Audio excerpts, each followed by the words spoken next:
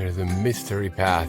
Should I take it? Of course I should. I decided to do some touristy stuff after all and go do some kayaking. I haven't done this before. Pretty nice view. Super organized park. You just have to follow the white balls and enjoy the view. Pretty straightforward. This activity is 300 baht. You get kayak for as long as you want. Waterproof bag to put all your in it. Water to drink.